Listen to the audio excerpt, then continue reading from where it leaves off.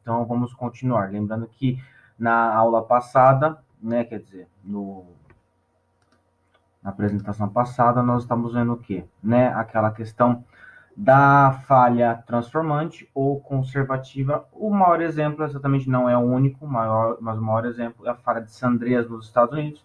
Caso você, não é uma dica cultural, caso você se interesse, tem um filme do The Rock chamado Falha de San Andreas.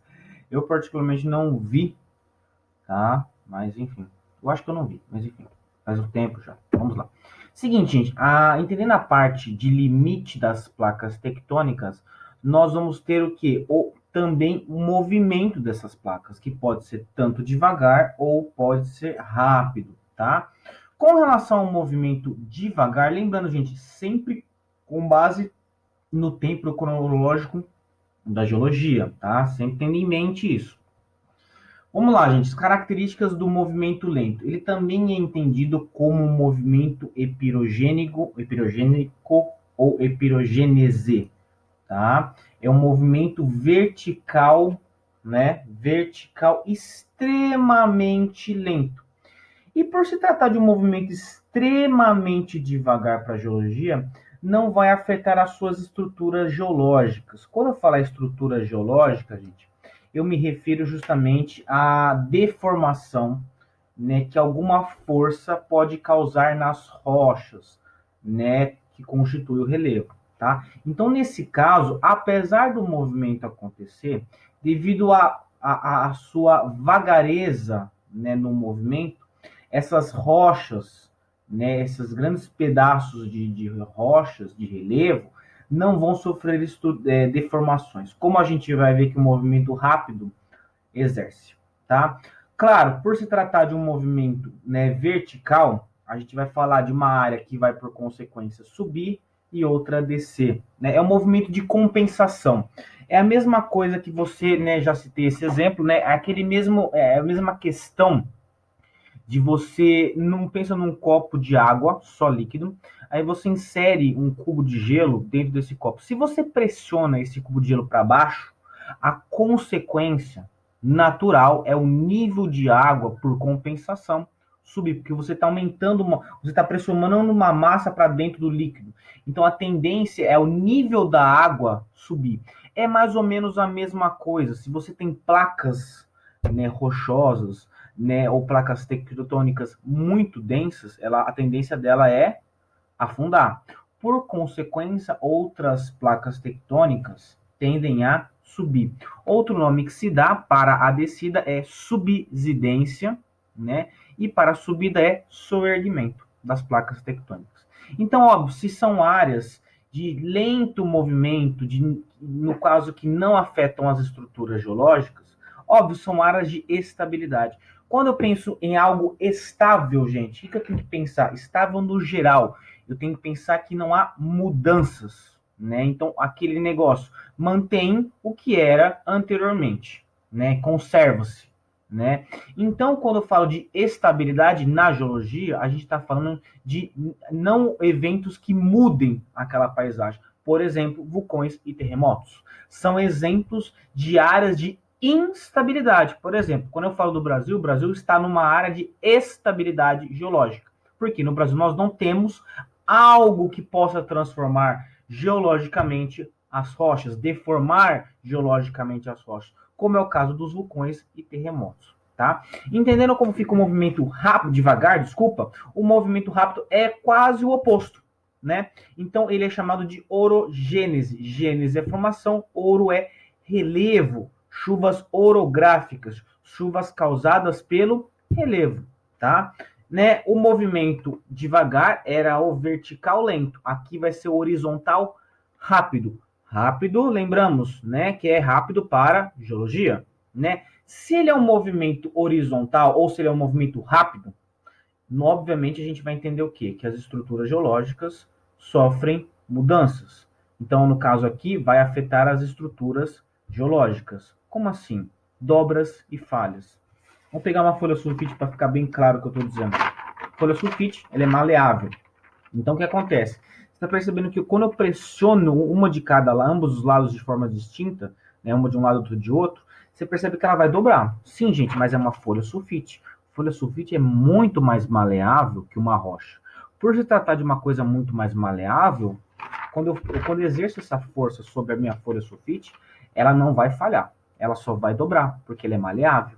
É um plástico, é maleável. Claro, depende do plástico, obviamente. Tem plásticos duros e plásticos não duros. Mas, enfim, superfícies ou materiais maleáveis tendem a dobrar, mas não falhar. As rochas não são assim. Então, no momento que ela começa a dobrar, por não ser maleável, ela vai começar a apresentar rachaduras, falhas. Então, em movimentos rápidos, eu vou ter tanto dobras quanto falhas. E a consequência desses movimentos rápidos é o aparecimento, é a formação das grandes cadeias montanhosas, né? Ou conhecido como dobramentos modernos. Modernos para a geologia, né? Coisa de 20, 30 milhões de anos, é relativamente jovem para a geologia, tá? Outro nome que diz muito sobre o movimento rápido é que as cadeias montanhosas, né, os dobramentos modernos, é a mesma coisa, tá? Também são conhecidos como cadeias orogênicas, ou seja, derivam desse movimento rápido. Então, todas as grandes cadeias montanhosas que nós já vimos anteriormente, Cordilheira dos Andes, Cordilheira do Himalaia, aquela cordilheira que fica no meio do oceano, Cordilheira Mesoatlântica, ambas são consequência, ambas são produtos desse movimento rápido das placas tectônicas. E é óbvio, gente, né, são áreas de instabilidade, o oposto no caso da epirogênese. Né? Então, se são áreas de instabilidade, estão sujeitas a atividades vulcânicas e abalos sísmicos. E no caso, abalo sísmico pode ser tanto terremoto, se esse fato acontecer na superfície, ou maremoto, se isso acontecer na subsuperfície ou debaixo do oceano.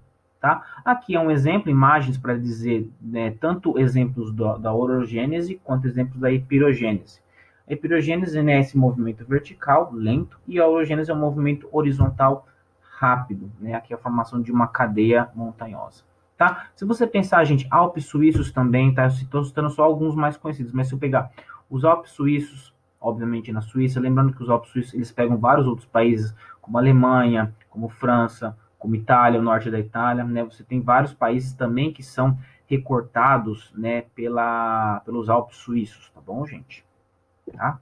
Aqui é um exemplo, né, do que eu estava falando, né, de áreas dobradas. Então, sim, as rochas podem dobrar, mas você percebe, gente, ela dobra, mas você consegue ver algum tipo de falha, né? Porque rochas não são tão maleáveis quanto outros materiais.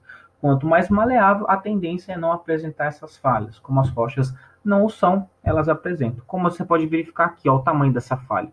Não, gente, não sou eu, tá, gente? Nem é algo parecido comigo, tá bom, gente? Mas vamos lá.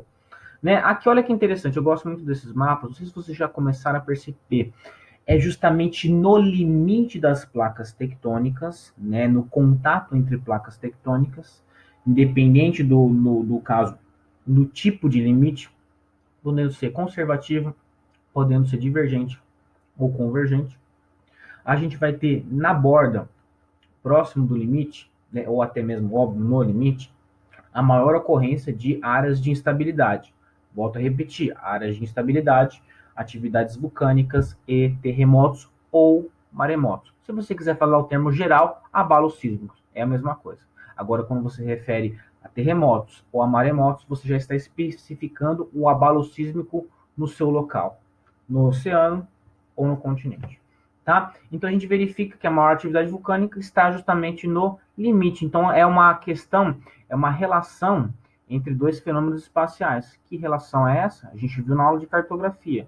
Limite de placas tectônicas, atividades vulcânicas. Elas estão muito ligadas, mas não é somente a atividade vulcânica. Os próprios terremotos ou os próprios abalos sísmicos também acontecem justamente no limiar, na proximidade ou até mesmo no limite das placas tectônicas. Você percebeu que aqui a gente tem o que, gente? Né, esse polígono, essa área, né, com a linha amarela. Isso daqui, gente, você pode perceber que é a área que mais concentra atividades vulcânicas. Claro, atividades vulcânicas não, terremotos. Óbvio que aqui na Europa acontece bastante, mas aqui são os mais intensos do planeta. Você está percebendo que esse lado aqui é a continuação desse e vice-versa. Vice-versa. Tá? Então, o que a gente percebe? Que aqui é o Oceano Pacífico. Exatamente, em toda essa região, né, também chamado de Arco de Fogo do Pacífico, Ring of Fire of Pacific Ocean, olha que chique, né, é uma área de alta concentração, né, não é óbvio que não é a única, né, você tem outras áreas, mas é a área de principal atuação dos vulcões ativos do mundo, e não só de vulcões, gente. Toda essa região que eu havia falado, Arco de Fogo do Pacífico, é exatamente essa daqui, ó, o Oceano Pacífico.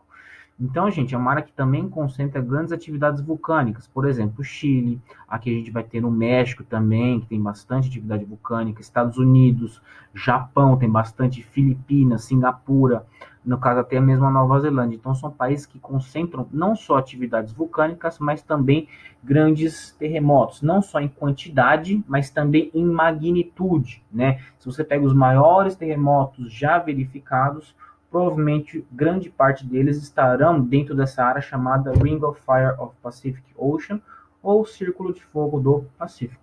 Tá, eu termino aqui, gente, porque eu não vou mostrar esse vídeo. Esse vídeo já está disponível para vocês. Se não estiver, eu vou disponibilizá-lo, tá? Vocês já viram que é basicamente um mapa da ONU, né? Desculpa, da NASA, que ela faz exatamente, juntamente com o Serviço Geológico Americano, ela faz justamente um mapeamento temporal e espacial dos ocorridos de terremotos ao longo dos anos. Você percebe que o mapa vai girando e a gente vai ter uma noção de onde eles acontecem e a magnitude também desses terremotos. A magnitude, quanto maior o círculo, né, porque ele é mostrado em pontos, né, eles vão se diferenciar também em cores, tá bom? Forte abraço, um beijo, queijo, uma boa semana a todos.